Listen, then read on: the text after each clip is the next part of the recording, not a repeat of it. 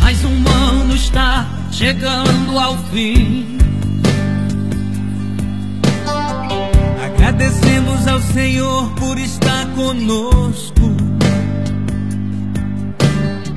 por sua graça, misericórdia, Deus da provisão em todo o tempo, em todo o tempo.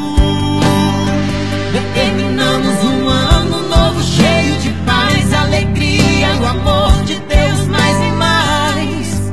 E que haja união em cada família, que a igreja do Senhor esteja comprometida.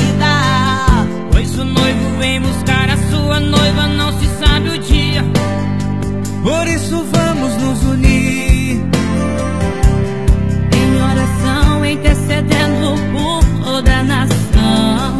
que o amor ao próximo cresça em nossos corações. Feliz ano novo, feliz ano novo, feliz ano novo.